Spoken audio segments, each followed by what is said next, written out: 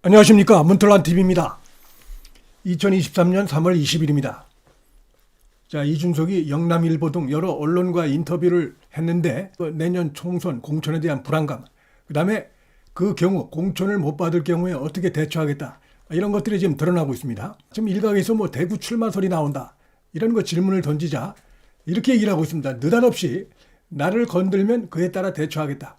요 얘기는 자신을 공천하지 않으면 거기에 따라서 최적의 대안을 마련하겠다. 자, 이런 의미인데, 나를 건들지 않는다면 현 지역구인 노원구병에 출마하겠다.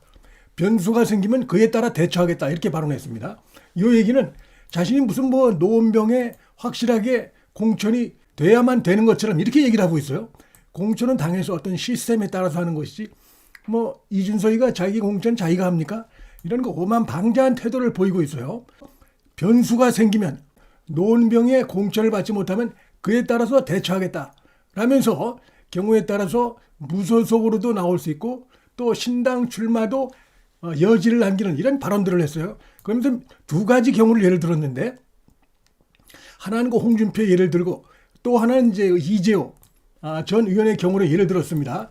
자기도 무소속으로 해서 그런 식으로 해서 나갈 수 있다, 이런 부분을 하나 이제 은근히 시사한 것이고, 또 이재호는 역시 마찬가지죠. 은평을해 이렇게 해서 무소속으로 당선됐는데 자신은 이렇게 홍준표나 이재호급으로 이렇게 비교를 지금 하고 있는데 말이 안 되는 것이, 자, 이재호 같은 경우도 이명박 정부하에서 은평을해서 이재호 전 의원이 거기서 역할한 부분이 많죠. 그래서 이제 나와서 된 것이고, 이준석이가 노원병에서 무슨 역할을 한 게 뭐가 있습니까? 3번이나 나갔다는 거, 그것도 공천을 못 받고 무소속으로 나간 거, 이런 것이지, 그가 노원병에서 실질적으로 지역구 주민들을 위해서 뭘 했다, 이런 건 없습니다. 완전히 착각을 하고 있고 홍준표하고 이준석을 같이 비교할 수 없는 것이죠. 자, 그런데 이제 이런 것들이 얼마 전에 홍준표 시장도 예언 비슷하게 했지만, 지금 그 노원병은 원래 안철수 현 의원의 지역구라고도 할 수가 있죠. 그래서 예를 들어서 노원병에서 안철수와 이준석과 안철수 중에서 노원병의 그 지역구민들은 당연히 안철수 쪽을 선호하겠죠. 그렇지 않겠습니까?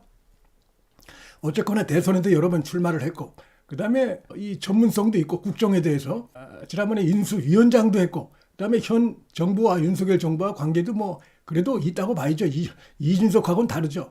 그렇기 때문에 아마 그 노원병 지역 구민들도 안철수를 더 선호할 것으로 저는 그렇게 예상이 되고, 이제 그런 얘기가 나오는 게, 지금 이제 분당 갑에 지역구를 하고 있는데 거기 또 그 김은혜 의원이 원래 거기서 이제 의원을 했었죠. 지금 이제 홍보 수석을 하고 있는데, 그래서 어쩌면은 김은혜 현 홍보 수석이 분당 갑으로 가고 이렇게 하고 안철수 현 그 의원이 다시 또 노원병으로 갈 가능성이 저는 있다고 봅니다.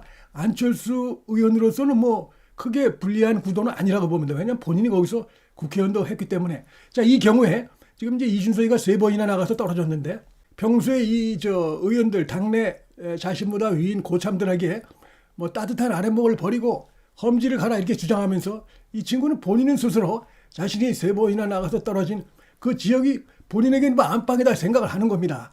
그러면서 평소에 당내에서 분탕질하면서 이렇게 했던 발언과는 정다른, 말과 행동이 다른 이런 그 행태로서 자기 노원병에 나가야 되겠다, 만약에 여기서 변수가 생기면 대처하겠다, 이런 얘기도 하고 있습니다.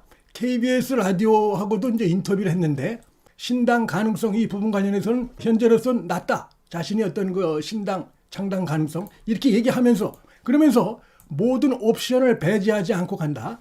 지금 신당 창당이나 분당 의원들이 따라줘야 분당이지, 어쨌든 신당 창당이나 분당은 전혀 고려하지 않고 있다, 이렇게 얘기했는데, 이 말을 잘 읽어보시면 모든 옵션을 배제하지 않고 가겠다, 이런 겁니다. 그러니까 여차하면은 당에서 자기에 대해서 노원병이라든지 아니면 하다못해 대구 지역의 따뜻한 이런 지역에까지 자신을 공천하지 않으면 결국은 신당 창당이나 이런 것도 할 수 있다, 이런 의미를 내포한 발언이라고 봅니다.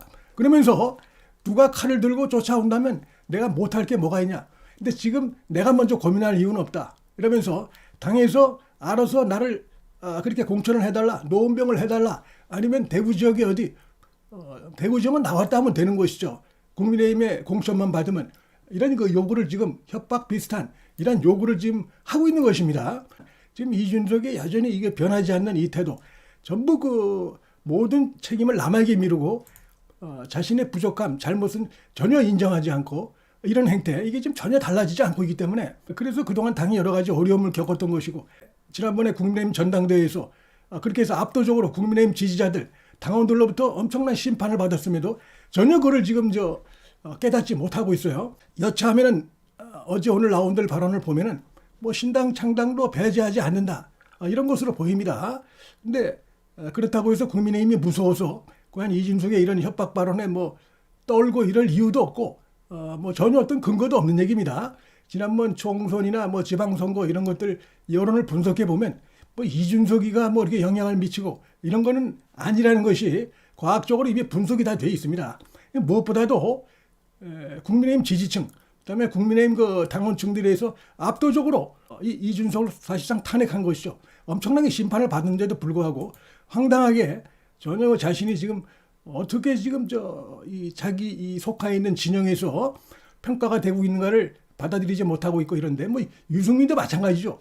유승민이나 이준석이나 이 둘 다 똑같다고 봅니다. 이들의 발언을 보면은 발언을 해가지고 예를 들면 민주당이나 이재명에 대해서 비판하는 건 거의 들어볼 수가 없어요. 뭐 이 천하람도 비슷한데 여긴 조금 약한 것 같긴 하던데, 어쨌든 이준석이나 이 유승민 이들의 발언을 보면은 이재명이나 이 민주당의 잘못된 행태, 폭력적인 행태 너무나 많은데 거기에 대해서 한마디도 하지 않고 있고 전부 그 내부 총질만 하고 있는데, 자, 요거는 결국 이제 이재명과 민주당을 비판했을 때는 좌파 언론들이 실어주질 않으니까 자신의 주력 어떤 그 인기 관리하는 데 있어서 지지 여론은 좌파에서 나온다, 요 생각을 하고 있는 겁니다. 그렇기 때문에 좌파 언론이 실어주지 않을 이런 그 발언들을 하지 않고 있는 것입니다. 이렇게 심지어는 김기현 신임 대표, 얼마 되지도 않은 대표한테도 정상 직무를 못하고 있다.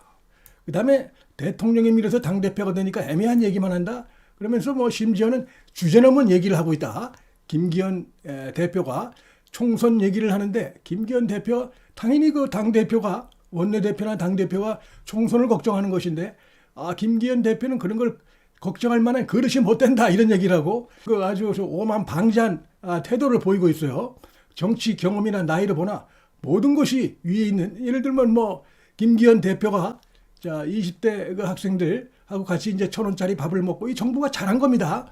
윤석열 정부가 이런 건 같이 칭찬해주고 이렇게 해야 되는데, 김기현이 가면 뭐 학생들이 알아봐주고 몰리지도 않는다, 언론도 안 따라온다 이러면서 결국 그 얘기는 자기가 했을 때 언론들이 따라오고 사람들이 알아봐주고 집객이 되는 것이지, 김기현은 안 된다, 이런 아주 오만방자한 버르장머리 없는 태도, 이런 거를 지금 하면서 또 뭐 심지어는 김기현 대표가 총선을 이긴다고 주제를 담은 간판을 거는 건 너무 거창해 보인다, 무리수를 둘 가능성이 있다라면서 정말 그 입만 열면 이런 그 못된 버릇이 계속해서 나오고 있기 때문에 앞으로 나이를 먹어도, 제가 볼 때 이준석이 나이를 먹어도 변할 가능성이 없다고 봅니다. 여긴 뭐 유승민은 이준석에 비해서 나이는 많이 먹었지만 여기는 뭐 근본적으로 역시 마찬가지로 그 못된 내부 총질에 완전히 특화되어 있죠. 똑같습니다. 노리는 목적이 자신들의 지지가 보수에서 나오지 않고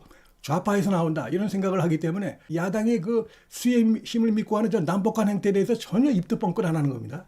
왜 그러냐면은 좌파 언론이 실어주질 않으니까. 그러면 이런 행태, 김기현 대표가 되는 데 있어서 대통령실에서 어떤 뭐 영향을 미쳤을 수는 있겠으나, 그러나 그 근본적인 거는 이렇게 해서 이준석 때 있었던 여러 가지 그 혼란, 분란 이런 부분이 더 이상 가면 안 된다. 총선도 다가오고 있기 때문에, 그래서 당과 청와대가 협조적인 관계로 가야 된다. 윤석열 대통령을 뒷받침할 수 있는 그런 지도부가 필요하다. 이런 것 때문에 그렇게 해서 밀어준 것이지, 대통령실에서 뭘 조작하고 만든 것처럼, 그렇기 때문에 김기현 대표가 직무직을 수행할 수 없을 것처럼 이렇게 나가도 한참 나가는 이런 건 못된 발언을 또 한 것이 드러났고, 그 다음에 은근슬쩍 요새 보면은 한동훈 장관 얘기를 은근슬쩍 이렇게 하고 있습니다. 황교안과는 다를 것이다, 뭐 이런 식으로 하면서 한동훈 장관을 갖다가 이렇게 거론하는 이런 것들이 조금씩 늘어나고 있는데, 몇 가지 의도가 있다고 봅니다. 일단 자신이 검찰의 수사를 지금 받아야 되는 입장이다 보니까 한동훈 장관에게 일종의 이렇게 잘 보이려고 하는 비위를 건드리지 않으려고 하는 뭐 이런 것도 있고 또 역시 이제 한동훈 장관을 거론해야 언론이 또 받아주니까 뭐 이런 여러 가지 복합적인 의도를 가지고 한 장관을 거론하고 있다고 보는데 뭐 이러다가 이제 여차하면 좀 지나면은 뭐 이준석이나 유승민이나 이런 친구들 그 심성을 보면 또 한 장관을 물어뜯고 그다음에 윤석열 대통령과 연결해가지고 물어뜯고 이럴 가능성이 대단히 높은 자들이죠. 지금은 이제 이준석이가 지가 아쉬우니까 검찰 수사를 받는 입장이니까 이렇게 약간 조심스럽게 얘기를 하고 있지만 좀 지나 보면은 또 그럴 겁니다. 자, 윤석열 대통령과 상당히 그 소통이 잘 된다고 이렇게 알려져 있죠. 이철규 신임 사무총장이 한동훈 장관을 이렇게 정치판에 끌어들이는 거 바람직하지 않다. 그러니까 이 얘기는 한동훈 장관이 내년 총선에 출마하는 게 바람직하지 않다. 이런 건 아니고 다른 의미가 있다고 봅니다.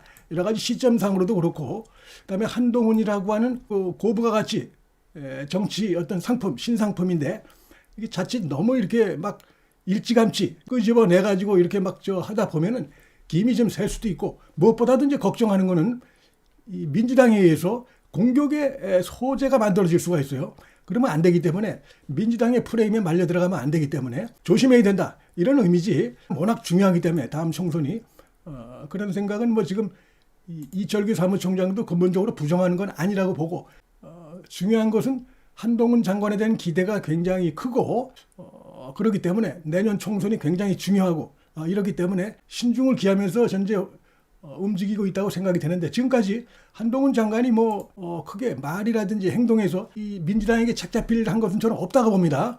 그 점에서 상당히 신중하게 하고 있다고 봅니다. 그냥 한 장관을 흠집내기 위해서 별의별 지금 공격들을 민주당이 하고 있지만 전혀 설득력이 없죠.